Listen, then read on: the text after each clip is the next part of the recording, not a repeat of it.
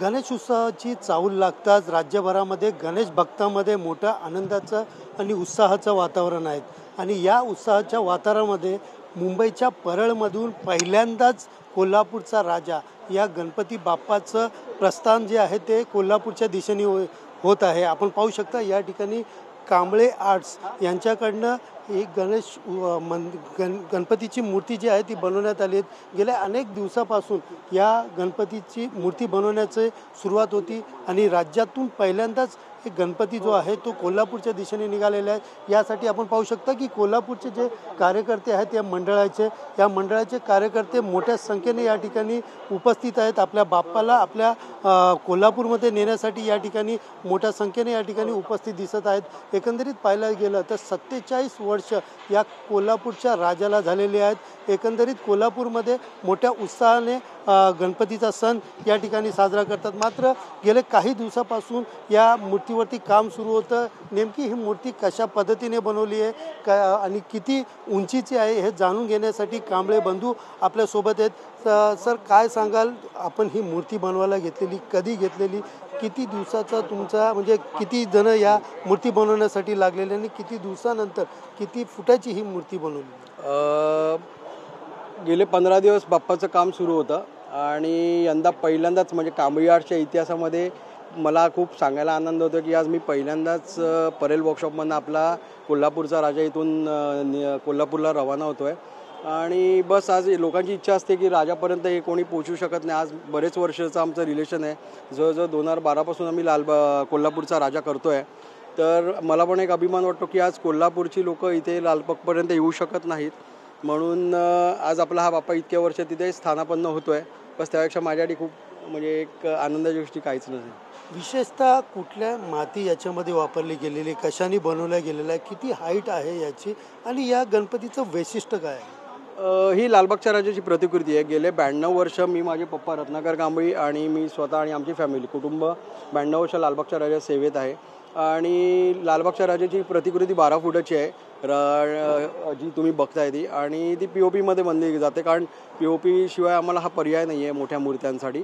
तर एवढी इच्छा म्हणजे लोकांची हीच इच्छा आहे की आज आम्ही कोल्हापूरवरून लालबागला येऊ शकत नाही, तर कोल्हापूरला सगळे दर्शन घेऊन बाप्पाचा आनंद घेतील हेच सगळ्यांची भावना असते।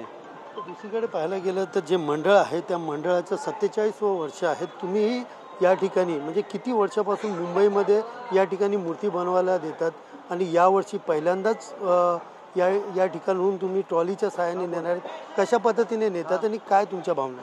गेली 15 वर्ष झालं आम्ही मुंबईतून कांबळे आर्ट्समधून गणपती नेतोय। साधारणतः गणपती आम्ही आता ट्रेलरमधून इथून घेऊन जाणार, 16 तासांचा प्रवास राहील। त्यानंतर रविवारी महाराष्ट्रातला सगळ्यात मोठा आगमन सोहळा तावड्या हॉटेल येथे लाखोंच्या वरती गणेश भक्त त्या ठिकाणी उपस्थित राहतात। काय वैशिष्ट्य आहे म्हणजे आपल्या इकडे इच्छापूर्ती कोल्हापूरचा राजा आहे, कशा पद्धतीचा आहे आणि ही मूर्ती मुंबईमध्ये बनवायचं देण्याचं कारण? गेल्या अनेक वर्षापासून आमची इच्छा होती की जो मूर्तिकार लालबागचा राजा घडवतोय त्यांना आमच्या मंडळाचा राजा घडवावा, यासाठी आम्ही भरपूर प्रयत्नशाली होतो। त्यासाठी आम्हाला महाराष्ट्र राज्याचे उद्योगमंत्री उदयजी सामंत साहेबांनी आम्हाला मंडळाला सहकार्य केलं आणि त्यांच्या माध्यमातून आम्ही गेली 15 वर्ष झालं मुंबईवरून आम्ही गणपती नेतोय। मोठा उत्साह कार्यकर्त्यांमध्ये दिसतोय, जल्लोष दिसतोय। कशा प्रकारे या ठिकाणहून प्रस्थान करणार आहात, तिकडं कशा प्रकारे आगमन होणार आहे? गेल्या वर्षीचं आगमन बघितलं तर गेल्या वर्षी 2-3 लाख गणेश भक्त त्या ठिकाणी दाखल झाले होते तावडे हॉटेलला। यंदाही तशीच प्रधानार महाराष्ट्रातला सगळ्यात मोठा आगमन सोहळा कोल्हापूर जिल्ह्यात गोल सर्कल मित्रमंडळाच्या वतीनं केला जातोय। एकंदरीत पाहायला गेलं तर गोल सर्कल मित्रमंडळाकडनं या बाप्पाचं या ठिकाणी जे कोल्हापूरमध्ये आगमन करणार आहेत, आपण पाठी पाहू शकता की पहिल्यांदाच मोठ्या प्रमाणामध्ये पहिल्यांदाच ही गणेश मूर्ती कोल्हापूरकडे जाणार असल्याची माहिती मिळतात। या ठिकाणी मोठ्या प्रमाणात जे मुंबईकर आहेत, परेलकर आहेत, त्याचबरोबर कोल्हापूरचे राज्याचे कार्यकर्ते आहेत, मोठ्या प्रमाणात या ठिकाणी गोळा झालेले आहेत आणि आपल्या बाप्पाचं या ठिकाणी दर्शन देखील घेतात। पारंपरिक पद्धतीने या ठिकाणी पूजा अर्चना करून या ठिकाणहून ही मूर्ती जी आहे ट्रॉलीच्या सहाय्याने आता कोल्हापूरच्या दिशेने नेण्यात येत आहे। कॅमेरा पर्सन आम्ही शिगवणसह सुनील जाधव, TV9 मराठी, मुंबई।